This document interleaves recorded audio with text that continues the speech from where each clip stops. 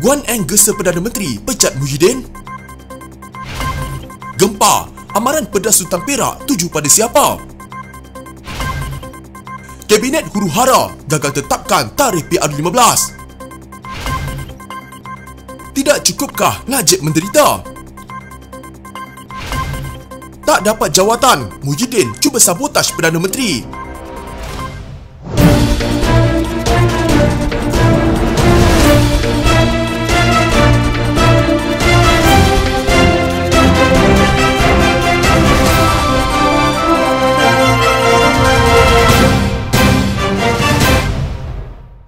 Lim Guan Eng mempertikai kedudukan Tan Sri Muhyiddin Yassin sebagai pengerusi Majlis Pemulihan Negara selepas beliau mendakwa Datuk Seri Ismail Sabri Yaakob gagal sebagai Perdana Menteri. Pengerusi DAP itu mencadangkan kepada Ismail Sabri supaya meminta Muhyiddin untuk meletakkan jawatan tersebut. Perdana Menteri boleh menghentikan ketidakstabilan yang disebabkan oleh kedua-dua kepimpinan yang berpecah belah dan ketidakpastian tentang siapa yang bertanggungjawab dengan meminta bekas Perdana Menteri dan pendahulunya Muhyiddin Yassin meletakkan jawatan sebagai pengerusi MPN kerana mempersendakan kegagalan Ismail menguruskan ekonomi negara, katanya dalam kenyataan. Guan Eng juga menegaskan apa gunanya Muhyiddin dikekalkan dalam jawatan tersebut jika cadangan beliau dan MPN tidak diendahkan dan diketepikan. Terdahulu Muhyiddin yang juga bekas Perdana Menteri menganggap ada keperluan untuk penggantinya Ismail Sabri membubarkan parlimen secepat mungkin bagi memberi laluan kepada pembentukan kerajaan yang lebih efektif. Beliau secara terbuka membidas kepimpinan Perdana Menteri yang dilihatnya tidak memandang semua isu membelenggu negara ketika ini, termasuk inflasi, kekurangan tenaga kerja dan kemerosotan nilai ringgit sebagai sesuatu yang penting. Ismail Sabri kemudiannya membalas kenyataan Muhyiddin dengan menegaskan sekiranya beliau didakwa gagal menguruskan ekonomi negara dengan baik, maka kegagalan tersebut turut melibatkan MPN. Perdana Menteri berkata, tanggungjawab daripada segi pengurusan ekonomi merupakan tanggungjawab bersama. Malah kerajaan juga menerima nasihat daripada Menteri di Jabatan Perdana Menteri Ekonomi, Datuk Seri Mustafa Mohamad dan MPN sendiri. Rakyat Malaysia tidak boleh memandang ringan, berhelah serta mendidakkan kewujudan gajah rasuah di hadapan mata Titah Sultan Perak Sultan Nazrin Muizzuddin Shah. Baginda bertitah bilangan aduan serta rungutan yang dilaporkan kepada penguatkuasa hendaklah dijadikan cermin dan dianggap petunjuk kepada situasi rasuah. Baginda turut memetik kedudukan negara dalam penilaian persepsi rasuah oleh Transparency International di tempat ke-57 dengan mencatat skor 52 pada tahun 2020 dan kedudukan ke-62 dengan skor 48 pada 2021. Kini Malaysia dikelompokkan dalam kumpulan 2/3 negara yang mencapai skor di bawah 50. Oleh yang demikian, kita tidak boleh memandang ringan, bersifat leka, memilih melakukan penafian, memikirkan segala justifikasi, bersilat dengan segala helah, mahu mendidakkan kewujudan gajah rasuah di hadapan mata titah baginda. Baginda bertitah demikian ketika melancarkan buku korupsi dan kemunafikan dalam politik Melayu oleh Sarjana M. Kamal Hassan di Shah Alam. Sementara itu, baginda berkata, penilaian keadaan rasuah wajib dilakukan secara jujur dan berfakta supaya menjadi bukti kita sangat serius mahu memerangi dan menghapuskan rasuah. Kita wajib bersifat berani mengakui realiti sedang berlakunya amalan rasuah pada skala yang membahayakan berdasarkan berulang kali teguran yang terkandung dalam laporan Ketua Audit Negara dan pelbagai penemuan jawatan kuasa kira-kira wang negara titah baginda. Sultan Nazrin bertitah, rasuah dikenal pasti sebagai salah satu sebab utama yang membantutkan pertumbuhan ekonomi, menghilangkan minat pelaburan asing, meningkatkan kos pentadbiran dan urus niaga, mendidakkan rakyat daripada mendapat perkhidmatan serta mendorong berlakunya ketidakstabilan politik. Kekayaan negara disalahguna, hasil mahsul lesap, akibatnya kemunduran terus melanda, kemiskinan terus merebak. Apabila tidak ada kesungguhan untuk membanteras rasuah, pelakuan rasuah akan tumbuh melebar, subur membesar, lalu diterima sebagai norma dan akhirnya meresap menjadi budaya, akhirnya memusnahkan sesebuah negara bangsa titah baginda.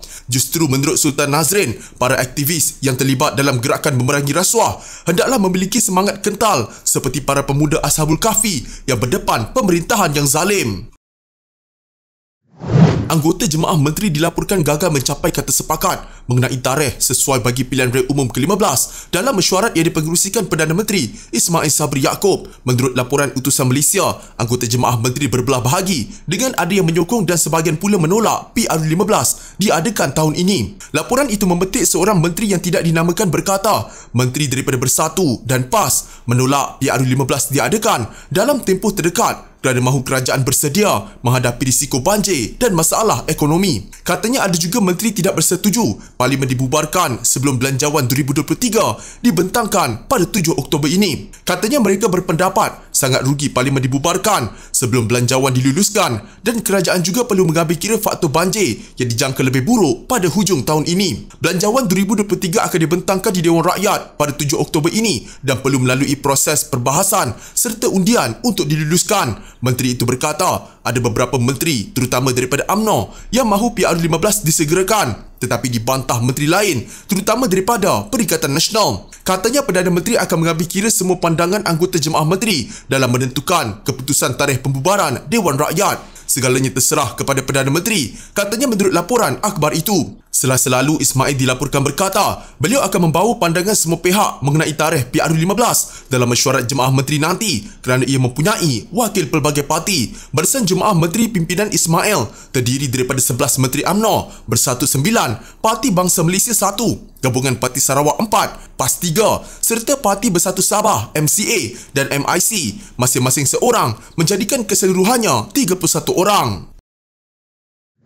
Timbalan Menteri Belia dan Sukan Tee Lian Ker hari ini membangkitkan persoalan mengenai budaya bermaaf-maafan yang dekat dengan orang Melayu serta Islam di negara ini dan mengaitkannya dengan Najib Razak. Kata T, dia kadang-kadang tidak dapat memahami perasaan kebencian yang ada pada orang politik di negara ini. Menurut T, dia melihat ada antara mereka yang tidak jemu-jemu bahawa melihat bekas Perdana Menteri berkenaan terseksa dan sengsara di penjara. Tak cukupkah didera minda, fizikal dan semangatnya? Manalah budaya bermaaf-maafan orang Melayu dan Islam, ciapnya di Twitter. Pandangan diberi naib Presiden MCA itu dibuat ketika pelbagai pihak mendesak agar kerajaan menjelaskan layanan istimewa yang diberikan kepada Najib. Ahli Parlimen Pekan itu kini menjalani hukuman penjara 12 tahun selepas disabitkan bersalah atas semua 7 pertuduhan, membabitkan 3 pertuduhan pecah amanah, 3 pengubahan wang haram dan 1 salah guna kuasa. Dia diarah menjalani hukuman tersebut di penjara Kajang. Bagaimanapun atas faktor kesihatan anak Perdana Menteri kedua Malaysia itu kini ditempatkan di Hospital Rehabilitasi Ceras HRC. Menurut Jabatan Penjara Malaysia, Najib dirawat di situ kerana keadaan kesihatannya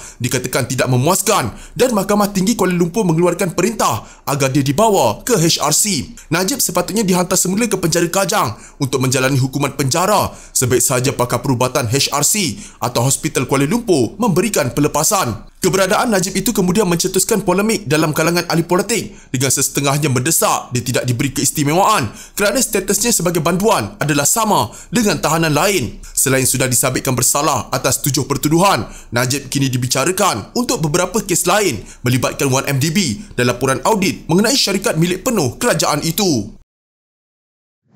Tindakan Presiden Bersatu Tan Sri Muhyiddin Yassin menyerang Perdana Menteri Datuk Seri Ismail Sabri Yaakob di media sosial bukan sahaja membuktikan ketidakstabilan, malah berbau sabotaj terhadap kerajaan campuran keluarga Malaysia. Presiden UMNO Datuk Seri Dr. Ahmad Zahid Hamidi berkata, pengerusi Majlis Pemulihan Negara seharusnya sedar kenyataan negatifnya akan memberi kesan terhadap prestasi kerajaan di mata dunia. Tegasnya bagaimana pelabur asing boleh meyakini Malaysia sebagai sebuah destinasi pelaburan apabila Muhyiddin menyatakan perkara buruk mengenai kerajaannya sendiri. Pengerusi Perikatan Nasional seharusnya cermin diri apabila menggambarkan Perdana Menteri sedia ada sebagai gagal sedangkan negara berdepan kegagalan teruk ketika beliau menjadi Perdana Menteri pada waktu itu. Seramai 10,317 individu diisytihar muflis pada Mac 2020 dan 37,415 perniagaan gulung tikar kerana terkesan akibat pandemik COVID-19, katanya menerusi hantaran di Facebook. Muhyiddin yang juga ahli Parlimen Paguh sebelum ini secara terbuka membidas kepimpinan Ismail Sabri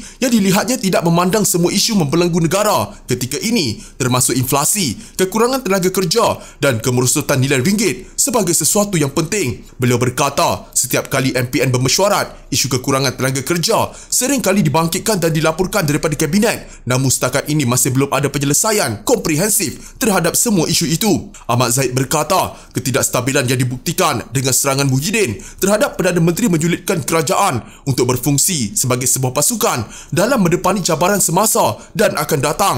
Katanya ketidakstabilan itu juga memperjudikan nasib serta masa depan rakyat dan negara berikutan tiada kebersamaan dalam kalangan pembuat dasar. Pentadbiran kerajaan yang saling tuduh-menuduh memberi gambaran negatif kepada pelabur sekaligus menyukarkan usaha negara bangkit daripada kemusnahan pandemik. Justru rakyat seharusnya boleh menilai mengenai kebenaran yang dibangkitkan UMNO berhubung ketidakstabilan yang wajib dipulihkan, katanya. Selain beliau berkata Malaysia juga tidak boleh meletakkan harapan kepada Pakatan Harapan untuk memulihkan negara kerana kerosakan ekonomi sudah bermula seawal mereka memenangi pilihan raya umum ke-14. Ironinya, pengerusi MPN merangkap pengerusi Perikatan Nasional juga sebahagian anggota Kabinet Kerajaan Pakatan Harapan ketika itu. Apakah individu yang pernah gagal berkali-kali layak menuduh individu lain sebagai gagal juga? Soalnya.